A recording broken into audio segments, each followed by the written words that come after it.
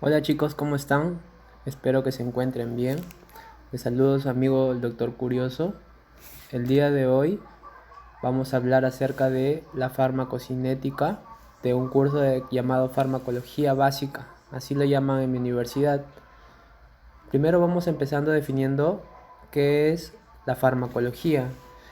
La farmacología es una ciencia que se encarga de estudiar lo que son los medicamentos y en este caso su efecto dentro del organismo. Asimismo, vamos a poder ver acerca de su composición, sus propiedades y su efecto terapéutico que causa dentro del organismo. Entonces, ya teniendo como referencia esta definición, vamos a ver a qué llamamos farmacocinética. Entonces definimos a nosotros la farmacocinética como su mismo nombre lo dice. Cinética viene de movimiento. Entonces decimos que la farmacocinética es una rama de la farmacología que estudia los procesos que pasa el fármaco dentro del organismo. ¿Por qué? Porque este fármaco va a tener un efecto, ya sea agonista o en este caso positivo. Si por ejemplo su efecto es contraer, este fármaco va a potenciar ese efecto. Y antagonista es lo contrario. Si es su efecto contraer, entonces su antagonista va a ser la no contracción. Entonces lo va a inhibir.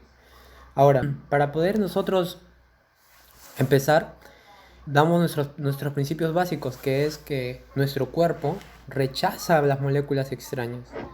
Rechaza estas moléculas y por lo tanto estas moléculas tienden a cruzar una serie de barreras. ¿Por qué los rechaza el cuerpo? Porque si bien es cierto, nosotros tenemos moléculas endógenas, o sea, dentro del organismo, que van a circular libremente, pero si estas moléculas o iones van a transportarse como si estuvieran a libre paso, entonces podrían causar efectos tóxicos o efectos, digamos, que pueden alterar o dañar el organismo, ¿no? Entonces por ello se encuentran regulados. Ahora, estas barreras, una vez que cruzan los fármacos, aquí es donde van a hacer su potencial efecto o blanco de acción. Ahora, estos fármacos también nos dice que tienen que sobrevivir a ciertos mecanismos fisiológicos que pasan en el organismo, que son dos principalmente o básicamente. Son el metabolismo, en el cual principalmente va a ser hepático y de excreción, ya sea renal, hepático o en heces que también va a encontrar la excreción. Entonces, una vez que este fármaco sobrevive a estos procesos, es decir, todavía se mantiene en el plasma circulando, entonces va a tener un determinado efecto en el organismo. Entonces, para nosotros conocer todos estos aspectos que les estoy explicando, primero tenemos que conocer los cuatro procesos fundamentales dentro de la farmacocinética, perdón. Primero tenemos que conocer lo que es el ADME. El ADME, en este caso está dado por sus siglas, para hacer de más fácil, digamos, comprensión, como absorción, distribución, metabolismo y eliminación. Entonces, cada uno de esos procesos son los que va a pasar el fármaco. ¿Para qué? Para llegar a ser un efecto terapéutico o un efecto en el órgano diana. Ahora, cuando nosotros hablamos de la asimilación del fármaco, decimos de que el fármaco tiene ciertas propiedades físico-químicas y a la vez tiene que atravesar ciertas barreras como son las membranas. Dentro de las propiedades físico-químicas vamos a encontrar una serie de características del fármaco, como por ejemplo su tamaño y estructura, en el cual el fármaco sabemos que está compuesto de moléculas que son, en este caso que ya le han llevado seguramente en química, los grupos amino, los grupos carboxilo. Esa estructura le confiere al fármaco un carácter que le va a determinar o va a ser determinante dentro del organismo.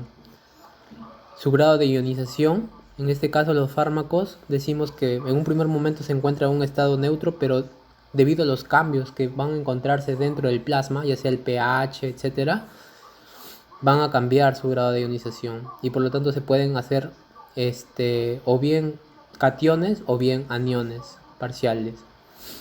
Ahora, su solubilidad va a depender si en este caso el fármaco es capaz de atravesar la barrera, en este caso los lípidos, ¿no? La barrera que es la membrana y la unión a proteínas séricas y tisular. Entonces vamos a ver que también algunos fármacos se van a unir a proteínas específicas para que pueda mediar su transporte dentro del plasma. Ahora, otra de las barreras, bueno, las barreras son las membranas. En este caso vamos a estar clasificándolos en una capa, que son el epitelio intestinal, por ejemplo, y en varias capas, como es la piel. Tenemos que tener muy en cuenta de que si nosotros conocemos todos los procesos o los mecanismos que ocurren aquí en la farmacocinética y a la vez conocemos las interacciones de los medicamentos y los principios farmacocinéticos, vamos a tener nosotros un éxito terapéutico porque vamos a saber a nosotros dosificar adecuadamente a un paciente. Ahora, hablamos de membrana. Hablamos de membrana, como ya había mencionado, como una especie de barrera, ¿no? Barrera que permite o limita a las moléculas el ingreso a la célula. Dicho esto, hablamos de que la membrana está compuesta por ciertas estructuras, ¿no? Que son las proteínas y los lípidos. Bueno, además de otros compuestos más, ¿no? Ya sabemos que hay colesterol, glucoproteínas y entre otras moléculas, ¿no? Entonces, vamos con estas dos más importantes que hemos podido rescatar, ¿no? En este caso hablamos de las proteínas, que son canales o transportadores. Ya sabemos que van a haber proteínas que van a permitir el paso de ciertas sustancias o ciertas moléculas. Entonces estos van a funcionar como transductores de señalización eléctrica. Y es ahí donde van a actuar los fármacos. Es ahí donde van a modificar o van a inhibir o van a estimular. ¿Para qué? Para tener un efecto. Entonces es aquí donde nosotros tenemos que tener en cuenta. Porque si no hay, por ejemplo, la proteína, o si está alterada la proteína, no van a haber los cambios. Entonces es importante conocer este tema. Otra de las estructuras que encontramos acá son los lípidos. Los lípidos, como ustedes saben, se unen en grupos, se van formando, en las cuales van constituyendo balsas lipídicas. ¿Por qué decimos que son balsas lipídicas? Porque los lípidos no van a encontrarse estáticos, sino van a encontrarse de una manera dinámica, girando en su propio eje. Y a la vez van a hacer un movimiento, van a tener un movimiento, no va a estar en movimiento la membrana. Entonces, eso es lo que nos quiere decir.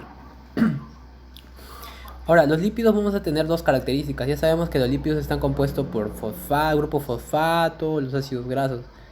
En este caso, los grupos fosfato les van a conferir el carácter polar o hidrofílico, es decir, que es afinidad al agua. Y en el caso de los ácidos grasos, sabemos de que le va a dar la parte hidrófoba o hidrofóbica, que es repelente al agua. Dicho esto, nosotros hablamos de que gracias a estas características que tiene la membrana, le va a dar cierta fluidez, como ya había mencionado. La flexibilidad, no es una membrana dura, y la alta resistencia eléctrica, la impermeabilidad relativa a moléculas polares también, asimismo, por su misma característica, en este caso, anfipática, ¿verdad? Ahora, dentro de los modos de transporte, basándonos ya en lo que son las proteínas, vamos a hablar que van a existir ciertos tipos de transporte. Uno de ellos, vamos a empezar, es la difusión simple. Hablamos de difusión simple cuando no existe ningún tipo de proteína que va a mediar el ingreso de las moléculas. ¿Qué quiere decir esto? Si sabemos de que esos lípidos van a repeler aquellas moléculas hidrófilas o con afinidad al agua, eso quiere decir que tenemos acá que tener moléculas que sean liposolubles, que pueden atravesar la membrana, o también pueden ser gases, porque los gases sabemos que van a poder difundir, ya sea el alcohol, como el etanol, etcétera, ¿no? Entonces, acá su solubilidad va a depender de dos partes, en su estado estable y en su estado iónico. El estado estable, cuando la concentración del fármaco no unido es igual, en este caso, en ambos lados, o en este caso, cuando su concentración de fármaco no unido es igual, Su estado iónico, cuando depende del gradiente en este caso de concentración y del pH que va a variar acá. Por lo tanto va a haber una diferencia de concentración y en ese caso le va a dar un carácter, ¿no?, específico para el fármaco y que va a permitir el ingreso del mismo a la célula. Ahora, dentro de los fármacos vamos a tener dos tipos: los fármacos que son ionizados y los no ionizados. Normalmente los no ionizados vamos a verlos acá, que son solubles a lípidos, que van a permitir por tanto el ingreso a la célula. Nosotros, para poder calcular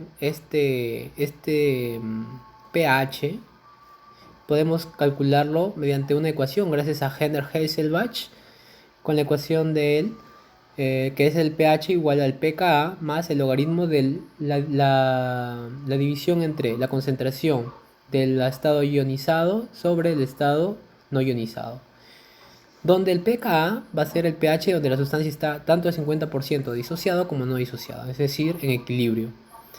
Y acá el efecto de los fármacos en ambiente con pH distinto los ioniza, ¿no? Entonces ahí vamos a ver también, por ejemplo, y va a darse el atrapamiento de iones. Entonces, ¿qué va a pasar ahí? Va a haber un efecto de cambio del caso del fármaco, ¿no? Por ejemplo, acá tenemos el caso de la loratadina, que es inhibidores de H1, de los receptores H1, que en este caso de histamina, que va a hacer que se ionice en el efecto fisiológico, en el plasma. Entonces ese pH se va a ionizar. Y por otro lado, la difenhidramina va a hacer lo contrario. Entonces no se va a ionizar y por lo tanto va a atravesar la barrera hematoencefálica y por ello tiene efectos a nivel del sistema nervioso. Luego tenemos lo que son mediados por transportadores. Y aquí es lo que les había mencionado, ¿no? De que aquí, si bien es cierto en el anterior no existía proteínas de canal, acá sí vamos a ver proteínas de canal. Y por lo tanto vamos a ver que es mediado por transportadores. Ahora acá nos dicen que existen proteínas que actúan por gradiente electroquímico. En este caso, gracias a un gradiente electroquímico van a pasar estos átomos, ¿no? Por ejemplo, de sodio, de calcio, de yodo, etcétera. Y por lo tanto va a haber un paso de un soluto endógeno o de fármaco, debido a este gradiente que nos apoya, ¿no? Entonces, esto es con respecto a mediados a transportadores. Son específicos acá también. Ya, luego, si hablamos a través de bombas, nosotros sabemos que las bombas necesitan energía. Por eso es lo que lo vamos a distinguir. Necesitan energía. Y acá vamos a tener ciertas características también. Que su movimiento no va a ser a favor de la gradiente, sino va a ser en contra de la gradiente. Son saturables. Cuando hablamos de saturabilidad, nosotros hablamos de que va a haber un momento en el cual esta bomba llegue a un tope, en la cual permita la unión a la molécula para que pueda pasar dentro de la célula. Va a haber un momento donde se va a llenar acá y se van a retener porque ya se ha saturado la bomba. Entonces hasta ahí llega su punto. Y luego hasta que se trate de minimizar o reducir la cantidad de moléculas. Acá tenemos la inhibición competitiva también, porque en este caso la proteína va a tener un sitio específico donde se va a unir esta molécula o este ion o esta sustancia, ¿no? Entonces, ¿qué pasa si es que tenemos una sustancia A y una sustancia B? Estas dos van a tener los mismos receptores acá para que puedan unirse porque son específicos. Vamos a ver que uno, por ejemplo, va a unirse y el otro ya no va a poder unirse porque no hay espacio, ¿no? Entonces va a inhibir al otro, inhibición competitiva. Y finalmente lo que es la selectividad, que es básicamente, como decía, son específicos, ¿no? La selectividad. Ahora, nosotros hablamos de que hay bombas que expulsan compuestos neutros o catiónicos y con esta finalidad también tiene un efecto positivo y un efecto negativo. Por un lado, un efecto positivo porque, digamos, hay ciertas drogas que pueden tener, digamos, efectos no buenos para el organismo y por lo tanto los expulsan. Sin embargo, hay otros efectos que queremos que se puedan dar en el organismo, sin embargo, como los expulsan no vamos a tener ese efecto deseado. Entonces, esto es con respecto a las bombas. Y vamos a tener dos proteínas principales dos proteínas que he encontrado, que es la glucoproteína P, que se encuentran, por ejemplo, en los enterocitos, y va a limitar la absorción. Esta va a limitar. Y la MDR1, que expulsa, por ejemplo, en el caso de la digoxina y otros fármacos, ¿no? Entonces no va a permitir que la digoxina, en este caso, pueda realizar su función. Ahora, por ejemplo, acá, uno de los ejemplos de los casos de los fármacos, vamos a tener la digoxina. Acá, dicho sea de paso, la digoxina, ¿en dónde va a actuar? En la bomba de sodio-potasio. Entonces, vamos a tener acá que la digoxina va a inhibir lo que es la bomba de sodio-potasio ATPasa dependiente. Entonces, ¿qué va a hacer? Va a disminuir la frecuencia por estimulación vagal también. Es un antiarrítmico o un cardiotónico también llamado, que va a aumentar la fuerza de la contracción del músculo cardíaco. Por lo tanto, va a permitir de que los iones de calcio aumenten. Luego tenemos los transportadores ABC de la superfamilia en la barrera hematoencefálica, que no va a permitir el ingreso a lo que es el nivel del sistema nervioso. Y por último tenemos a los importadores y antiimportadores, que son llamados también transporte activo secundario, pertenece a este. Y vamos a ver que puede ser en un solo paso, en unidireccional o bidireccional, en paso contrario. Entonces, cuando es unidireccional, uno aprovecha el gradiente del otro y va a permitir. Cuando es bidireccional, y de igual manera, o sea, uno entra y el otro sale, o sea, los dos van a estar haciendo una forma de manija, ¿no? O sea, por un lado entra, por el otro lado sale. Entonces acá, por ejemplo, vamos a tener el caso del transporte del paso de sodio, que es en el casos de terapia de depresión del sistema nervioso central. Acá vamos a ver uno de los ejemplos, que es la SLC8, para el caso del paso de digoxina, para inhibir la bomba de sodio-potasio. Por lo tanto, disminuye su acción indirecto para el calcio. En este caso van a incrementar y van a aumentar la contractibilidad o la fuerza muscular cardíaca. Entonces, dicho esto, vamos a empezar con el primer paso de lo que es la farmacocinética, ¿no? Que es la absorción. Hablamos de absorción cuando nosotros hablamos de que un fármaco va a ser trasladado o absorbido en cualquier vía, excepto la intravenosa. Vamos a ver que la forma de administración intravenosa va a pasar encima de el efecto de absorción. Entonces no va a haber este primer paso. Acá, como algo muy importante, tenemos que tener en cuenta la biodisponibilidad, que en este caso va a ser una magnitud que nosotros vamos a tener fraccionada del fármaco que llega al sitio de acción. Es decir, cuánto de fármaco va a llegar a nuestro sitio de acción o nuestro blanco de acción para que haga su efecto. Porque nosotros sabemos de que el fármaco va a pasar una serie de reacciones en la cual no todo va a llegar. Entonces, para ello, nosotros nos dicen de que esta biodisponibilidad va a limitar tres cosas principalmente. Y aquí lo he hecho a forma de resumen, como una mnemotecnia, que es LIDA, L de latencia, I de intensidad y DA de duración. Entonces, aquí esas tres variantes van a depender también, nos dice, de algunos estados en los que se encuentra el organismo.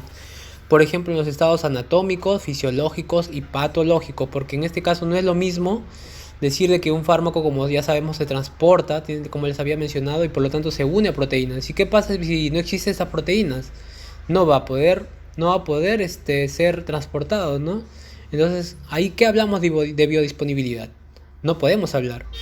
Es en estado de patológico, ¿no? Fisiológico de la misma manera, si hay un cambio de este volumen o si hay cambio en el flujo sanguíneo, etc. También así como su capacidad de excreción, que habíamos mencionado en una primera diapositiva, creo, que los fármacos pueden ser excretados y por lo tanto no alcanzando su biodisponibilidad adecuada para poder hacer su efecto terapéutico. Ahora, nosotros esta de biodisponibilidad lo podemos resumir en una fórmula, que es acá en este caso dada por la cantidad de fármaco que alcanza la circulación sistémica sobre la cantidad de fármaco administrado. Gracias a esta fórmula nosotros podemos ver cuánto es la biodisponibilidad. Ahora, si nosotros hablamos de que el fármaco va a tener un proceso de asimilación, vamos a ver que para ello hay ciertas condicionantes, ¿no?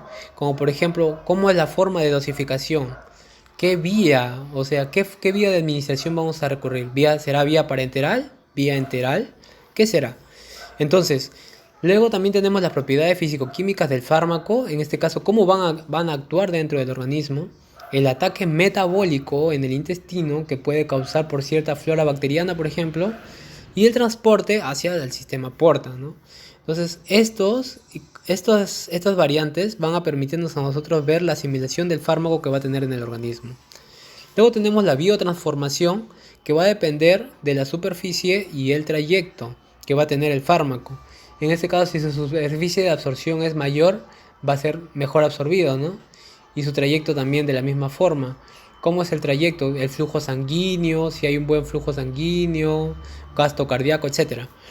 Entonces, de esto nos va a permitir a nosotros saber la concentración plasmática libre del fármaco. ¿Cuánto fármaco tenemos libre para poder hacer su acción? Ahora, acá podemos ver un gráfico, lo que es efecto del fármaco versus tiempo. El efecto del fármaco está dado básicamente a la concentración plasmática. Y vamos a ver acá primero una pendiente, en las cuales el fármaco desde su administración va a proceder a su absorción, luego a su distribución, luego a su metabolismo y finalmente a su excreción. En un primer momento, que es el periodo de retraso, acá se va a dar el proceso de absorción, que estamos ahorita. Entonces va a haber un momento donde el fármaco llega a su concentración efectiva mínima. Es decir, ¿qué quiere decir con esto? Que es la mínima concentración del fármaco que necesitamos para que pueda ejercer su efecto o blanco de acción. Y luego llegando asimismo al efecto máximo, donde el fármaco va a hacer su efecto terapéutico, o en este caso en su máximo grado, ¿no? Ahora, digamos, de repente esa curva se puede alargar, esa pendiente. Sin embargo, acá hay una línea que vemos acá, que es la concentración efectiva mínima de la reacción adversa. ¿Qué pasa si nosotros sobrepasamos al menos una milésima?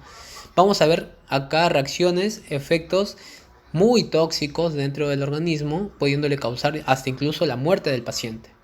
Este es llamado la ventana terapéutica.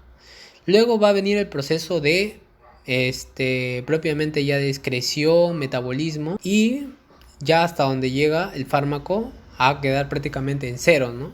Hasta que se elimine. Ahora, dentro de la vía de administración, acá no le he clasificado como enteral, parenteral, sin embargo acá los voy a mencionar. Cuando hablamos de vía enteral, por ejemplo, acá tenemos a lo que son los fármacos que se consumen por vía oral, y acá vamos a tener ciertas ventajas y desventajas. Entonces, el fármaco administrado a vía oral vamos a tener que es seguro, es económico, es comercial, lo vamos a encontrar bastante fácil, incluso algunos fármacos están los que son comerciales, de repente los de marca pueden ser muy caros, pero va a haber fármacos genéricos en los cuales van a ser más que económicos, ¿no? Ahora, dentro de las desventajas vamos a tener que su absorción es limitada. ¿Por qué? Por su superficie, solubilidad, la irritación de la mucosa, que pueden ser metabolizadas y no pueden ser correctamente absorbidas, la acción de la flora bacteriana, que también lo puede degradar y no puede hacer que no se absorba adecuadamente. Luego tenemos también que puede hacer sinergia o alteración con otros fármacos. De repente un fármaco que es hipoglicemiante y otro fármaco que tiene un efecto, digamos, otro efecto, pero también tenga el efecto hipoglicemiante. Entonces estamos haciendo sinergia entre los dos fármacos y hablamos de que los dos van a tener el mismo efecto y van a potenciar. Entonces, ¿qué va a pasar? El paciente se va a volver hipoglicémico, ¿no? Entonces, ahí vamos a ver que puede causar daño. Ya no vamos a hacer un efecto terapéutico. Vamos a tener cooperación del paciente. Tenemos que tener la cooperación del paciente. Si el paciente no quiere tomar las pastillas, como en el caso de pediátricos, no quiero pastilla. Entonces, ahí es un poco complicado. Acá vamos a ver que es gradual o incompleta, incluso en algunos casos. Vamos a ver que la forma de absorción no va a ser adecuada, va a ser de forma incompleta. Y acá para ello tenemos acá una notita que les estoy poniendo, que el fármaco puede ser mejor absorbido en casos de haya mayor vaciamiento gástrico, en este caso, y si está en forma no ionizable, ¿no? Ya había mencionado que son más liposolubles. Entonces, cuando nosotros hablamos de que hay mejor vaciamiento gástrico, cuando el paciente se recuesta del lado derecho, y cuando en este caso se suprime cuando hay cuando hay mayor estrógeno, el vaciamiento gástrico está disminuido. Entonces, por eso también hay que tener en cuenta. Los fármacos de liberación controlada, estos fármacos, como su mismo nombre dice, liberación, se van a liberar, pero de una forma controlada, de una forma, digamos, equilibrada, ¿no? Entonces, cuando esa velocidad de absorción, en este caso, va a depender, o en este caso va a ser dada por la solubilidad en el líquido gastrointestinal. ¿Va a ser apropiado? ¿En qué casos?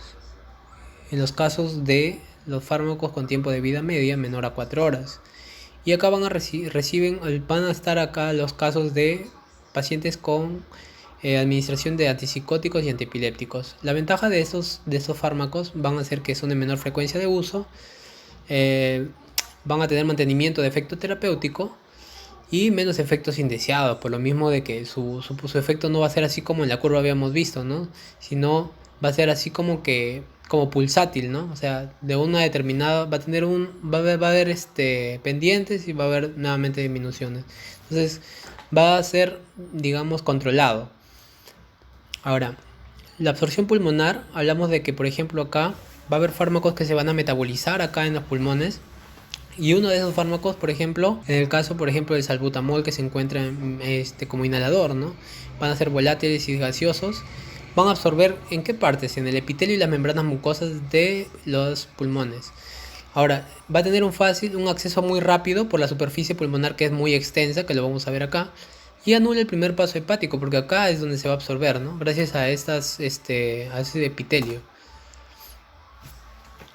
Ahora, vamos a tener acá lo que es la vía de administración.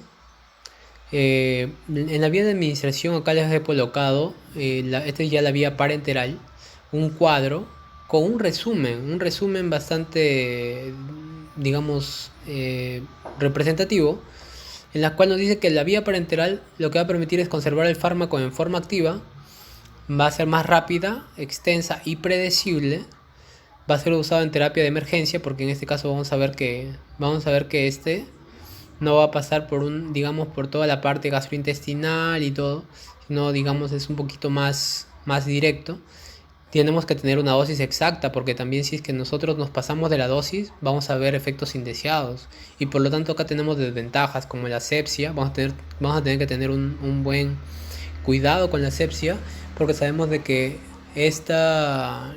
como son vías parenterales, vamos a necesitar una jeringa, y esta jeringa necesita estar aséptica, o sea, sin bacterias, para que no pueda ingresar, porque también como van a ingresar, digamos, a una vía en la cual se encuentra irrigada, pueden entrar agentes patógenos.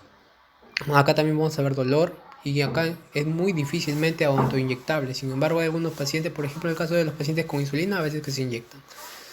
Las vías de administración vamos a tener la intravenosa, la disponibilidad va a ser de 1, su máximo de la disponibilidad es igual a 1. Sus características acá ya habíamos mencionado que evita la absorción, tiene efecto potencialmente inmediato, porque acá en este caso la intravenosa no va a haber un efecto, digamos, de metabolismo, ¿no? O sea, no va a haber efecto claro, de metabolismo, de absorción, perdón. No va a haber efecto de absorción, y por lo tanto va a irse directamente a lo que es el sistema, a la vena cava, y luego posteriormente se va a ir al corazón y ahí va a hacerse efecto. Ahora, requiere tener un cuidado con dosis y monitorizar, eso es lo que había mencionado, que tenemos que tener una dosis exacta y monitorizar, porque de repente podríamos encontrar efectos adversos incluso en el paciente. Inyecciones repetidas dependiendo de la vena, si la vena de repente se encuentra en buen estado, o si de repente está un poco flácida, o un poco difícil de poder encontrar, ¿no? En el caso de algunos pacientes que se encuentran graves, hospitalizados, ¿no? Luego también acá tenemos que es para grandes volúmenes y sustancias irritantes. según circunstancias terapéuticas, puede ser en bolo o lentamente. Incluso hay algunos medicamentos, algunos fármacos que se le inyectan en bolo. Necesitamos este, que, que sea un efecto potencialmente rápido, o lentamente, que necesitamos que sea gradual. En el caso de subcutáneo, tiene una biodisponibilidad o una disponibilidad de 0,75 a 1. Acá vamos a tener que no se inyectan sustancias no irritantes, por lo que puede causar una necrosis. Vamos a ver que la absorción es lenta y constante. Acá no va a ser para grandes volúmenes. Va a ser rápido en solución acuosa y acá mediante un efecto vasoconstrictor retrasa el efecto. Porque en este caso, como sabemos, todo viaja vía sanguínea, ¿no? Y si hacemos vasoconstricción en ese vaso sanguíneo, no va a poder circular adecuadamente. Luego pasamos al intramuscular. Su disponibilidad es igual que la subcutánea. Y acá vamos a tener que la absorción va a depender mucho de la velocidad, tanto de flujo sanguíneo, por ejemplo. Acá nos dicen de que es mayor en el caso de la inyección en deltoides y vasto lateral, según las literaturas. Y nos dicen que es modulada por el calentamiento local o ejercicio. Ahora, acá también nos menciona que altera los niveles de creatina quinasa. Y en este caso vamos a tener, porque como es músculo, vamos a ver que va a haber vamos a pinchar y vamos a ver que va a haber una muerte de algunas células musculares, ¿no? Entonces puede alterar levemente los niveles de creatina quinasa. Para soluciones aceitosas si son lentas, y evitar en terapia de anticoagulante, nos dice también, ¿no? Por lo que hay vasitos sanguíneos ahí que puede empeorar la situación del paciente. Y finalmente tenemos la intraarterial. Acá nos dice de que este es más, digamos, más directo, y por lo tanto acá va a limitar a un órgano o a un tejido y puede causar complicaciones muy graves y requiere un manejo cuidadoso también. Hay que tener mucho cuidado con la intraarterial. Luego pasamos acá a la distribución. Cuando hablamos de la distribución, vamos a ver que los fármacos van a pasar por líquidos intracelulares intersticiales, y vamos a llegar al sitio de acción, como lo había mencionado. Entonces, el grado de distribución va a estar dado por el gasto cardíaco, como ya anteriormente había dicho, el flujo sanguíneo regional, la permeabilidad capilar, qué tan permeables están los vasos sanguíneos para que puedan, en este caso, entrar al órgano, ¿no? Donde va a hacer su efecto. Volumen del tejido, las causas patológicas que se encuentren. Ahora, la naturaleza permeable de los capilares, excepto en el cerebro, porque acá en el cerebro decimos que va a haber una barrera hematoencefálica, que habíamos visto la superfamilia de los transportadores ABC, que no va a permitir fácilmente el acceso, y acá va a haber fácil difusión en los otros lugares. Ahora vamos a tener que, va a haber dos tipos de fármacos que son ácidos débiles y fármacos que son bases débiles. En los ácidos débiles va a ser transportado o distribuido mediante una proteína que es la albúmina. Y las bases débiles tenemos la glucoproteína ácida alfa. Estos fármacos que se van a unir, dicen, de manera específica, por ejemplo, van a unirse de manera inespecífica, en la redistribución. ¿Por qué? Porque estos fármacos, digamos, no, se pueden encontrar o se pueden unir muy, muy, ampliamente en lo que son, por ejemplo, en el hueso, el caso de las tetraciclinas, y el túbulo proximal y endolinfa y perilinfa del oído interno de los aminoglucósidos. Por lo tanto, si damos una dosis mayor, esos fármacos pueden tener un efecto tóxico dentro del organismo, y eso afectando a hueso o a estas estructuras como el túbulo proximal, endolinfa, ¿no? El oído interno. Entonces tenemos que tener cuidado acá al administrar estos fármacos. El grado de distribución acá está dado por el volumen de distribución, que está en litros, y acá nos dicen que estaba por la fórmula de dosis, que está en miligramos, sobre la concentración plasmática en miligramos sobre litros. Ahora, solo será igual al del individuo si el fármaco está homogéneamente distribuido dentro del organismo, dentro del plasma. Acá vamos a tener un gráfico en la cual a nosotros nos permite medir la concentración plasmática libre del fármaco, ¿no? Acá, por ejemplo, tenemos de que el fármaco en tiempo cero, en el estado cero, a tiempo cero, el fármaco se encuentra en este lado, ¿no? Y va a pasar una fase de distribución y luego va a pasar una fase de eliminación, donde la fase de eliminación va a haber metabolismo y excreción, y acá puede haber una redistribución, incluso si alcanza, su volumen de distribución es mayor, en el caso por ejemplo de las tetraciclinas, que es mayor y por lo tanto puede distribuirse a otros órganos o tejidos, ¿no? Por ejemplo, efectos sobre el corazón y cerebro, y en el caso de los fármacos liposolubles, porque como los fármacos van a estar circulando libremente, entonces puede causar un efecto tóxico. La barrera placentaria es importante también tratar porque acá nos dice que va a depender de la unión al plasma, la liposolubilidad y la capacidad de ionización. Si esos fármacos tienen liposolubilidad y tienen en este caso características que puedan atravesar esta barrera, entonces vamos a ver que puede causar daño al bebé, ¿no? Miembro de la familia ABC va a permitir no va a permitir el ingreso de fármacos como xenobióticos u otros. Luego pasamos al metabolismo. Ya estamos, miren, en el penúltimo proceso. Y acá vamos a ver de que hablamos de la biotransformación y que va a estar dando en mililitros por minuto. Y acá, ¿qué decimos sobre la biotransformación? Hablamos de que el fármaco va a pasar por un metabolismo. En este caso que va a determinar tanto su duración como su intensidad. Acá vamos a tener en el caso de que se va a dar en el hígado, en el riñón, en el cerebro, en el plasma, el pulmón y intestino. En estos lugares es donde se va a dar estos procesos, ¿no? Ahora, sus formas más hidrosolubles va a concluir en actividad biológica y farmacológica. Entonces, acá nos dice de que va a haber relación entre los parámetros. Acá va a tener una relación, vamos a ver que van a estar relacionados con su volumen de distribución, cómo está su distribución, su tiempo de vida media en el plasma, la constante de eliminación y la depuración de fármacos. Todas estas van a determinarlo, van a determinar la biotransformación, ¿no? Y en este caso también finalmente su efecto. Sus aspectos esenciales vamos a hablar sobre la cinética. Hay dos tipos de cinética, hay cinética de orden 1 y cinética de orden 0. Cinética de primer orden, hablamos de que el fármaco metabolizado por minuto va a ser proporcional a la cantidad de fármaco en plasma. Entonces ellos dos son directamente proporcionales. Y por otro lado, el fármaco eliminado por lo tanto va a ser constante. En la cinética de orden 0 no va a ser así. ¿Qué va a pasar acá con lo que es el fármaco metabolizado con la cantidad de fármaco? Va a haber una saturación que había mencionado, ¿no? Se va a saturar. Y por lo tanto acá no va a poder, digamos, metabolizar adecuadamente. Acá en el caso de etanol y fenitoína.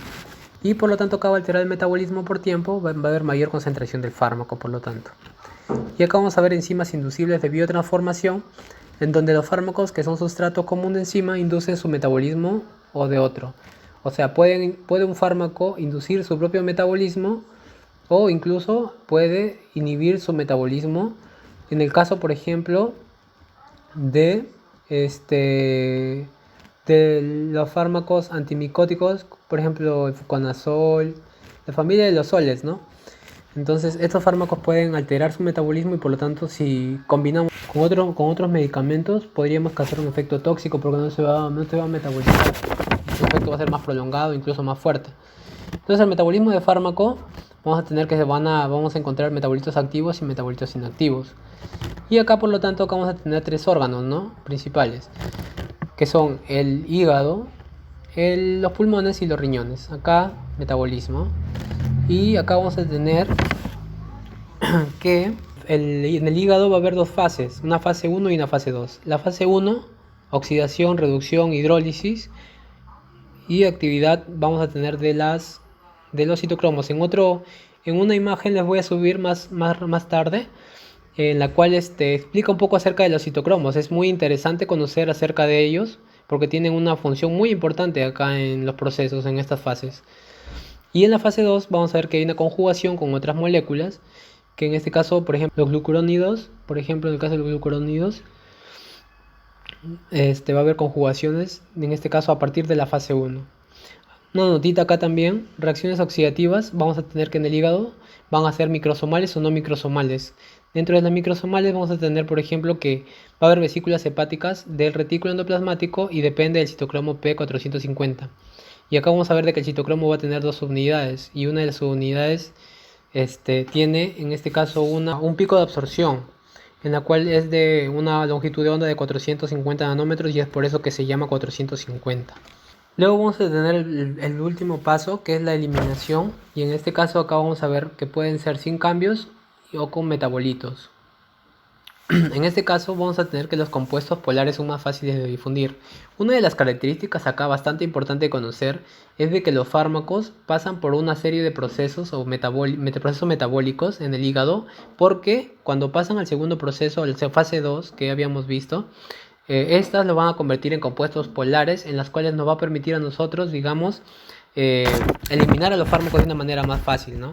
Ahora, digamos, la eliminación o la excreción también está determinada, por ejemplo, por el pH. En el caso de algunos fármacos ácidos, por ejemplo, para poderlos eliminar de una manera más rápida o de una manera más efectiva, vamos a tener de que se le puede dar compuestos incluso más básicos, ¿no? Como son fármacos ácidos, van en este caso a concentrarse mejor y van a poder ser eliminados por la orina. Los riñones van a ser el órgano más importante en la eliminación. Acá los fármacos no absorbidos por vía oral va a pasar por el tracto gastrointestinal, o los metabolitos también pasan por la bilis y finalmente llegan a las heces. Y acá en los pulmones vamos a tener que están los gases anestésicos. Y acá he hecho un esquema a nivel renal, porque sabemos de que acá va a haber los capilares, las vías aferentes, vías eferentes. En las vías aferentes acá vamos a ver que va a estar el glomérulo renal. Y acá se va a encontrar lo que son los capilares en las cuales va a haber difusión o una secreción del fármaco activo, y acá va a estar mediado por transportadores básicamente, ¿no? Van a pasar y va a pasar a través del túbulo contorneado proximal, luego la asa de Henle, y finalmente acá cuando ya se encuentra en el túbulo contorneado distal, va a haber una reabsorción, y acá va a ser fácilmente los polares, más fácilmente de que pasen, ¿no? Y acá va a depender del pH. Entonces acá vamos a ver si es que, por ejemplo, estos fármacos son liposolubles, van a poder pasar adecuadamente, ¿no? Van a pasar fácilmente. Entonces van a seguir manteniéndose en el organismo y su efecto va a ser más prolongado. Por otro lado vamos a tener la excreción biliar y la fecal, en las cuales, si acá bien tenemos al hígado, vamos a hacer un acercamiento. Vamos a tener acá los canalículos biliares, los cuales van a permitir la secreción de los fármacos y metabolitos a nivel de los hepatocitos, y van a viajar por la vía biliar. Va a haber secreción de fármacos y metabolitos, pasan y llegan por acá, conducto de Oddi, y pasan a tracto intestinal y llegan a encontrarse en heces. Y acá, cuando llegan al intestino, pueden ser reabsorbidos y por lo tanto prolonga la presencia del fármaco. Estos fármacos de repente se pueden reabsorber nuevamente. Ya sabemos que su absorción del intestino es muy grande. Vamos a encontrar acá metabolitos conjugados glucurónidos, sufran acción enzimática. En el caso de las bacterias también vamos a ver vasoreductores o nitroreducción de ellas, y por lo tanto también pueden alterar, ¿no?, su efecto. Vamos a encontrar otras vías de excreción, como por ejemplo en el caso de las lágrimas, en el caso de la saliva, en el caso del sudor y en el caso del cabello con la piel. Es importante conocer esto porque son métodos sencillos de detección del fármaco en forense, porque son lugares en donde los fármacos vamos a poderlos encontrar y nos va a permitir a nosotros determinar qué fármacos en este caso se encuentran, ¿no? Ahora, en cuanto a la lactancia, vamos a ver algo bastante interesante. Nos dicen que los fármacos pueden pasar por la leche materna y afectar al lactante. ¿Y qué pasa acá? Que como el lactante no tiene las enzimas necesarias para metabolizar, o no tiene un metabolismo completamente adecuado, entonces puede causar un efecto tóxico. Un ejemplo acá es con respecto al cloranfenicol. El cloranfenicol, si lo administramos a un bebé, a un neonato, en este caso va a causar un síndrome del bebé, del niño gris, ¿no?, causando efectos muy citotóxicos en el paciente, incluso podría llevarlo a la muerte, ¿no? Entonces es importante conocer. Y bueno, hemos llegado al final de nuestra exposición o de nuestra clase, y no me voy sin antes decirle que nuestras experiencias, sean buenas y malas, nos hacen lo que somos. Al superar las dificultades, ganamos fortaleza y madurez, y así debe ser. Nosotros debemos de superar estas dificultades, porque gracias a estas dificultades nosotros somos más fuertes y podemos llegar a ser unos grandes doctores en un futuro. Les deseo lo mejor, su amigo Doctor Curioso. Espero que les haya gustado el video del día de hoy. Me pueden seguir como MD Curioso en Instagram, en YouTube también como Doctor Curioso. Muchas gracias y espero que tengan un buen día.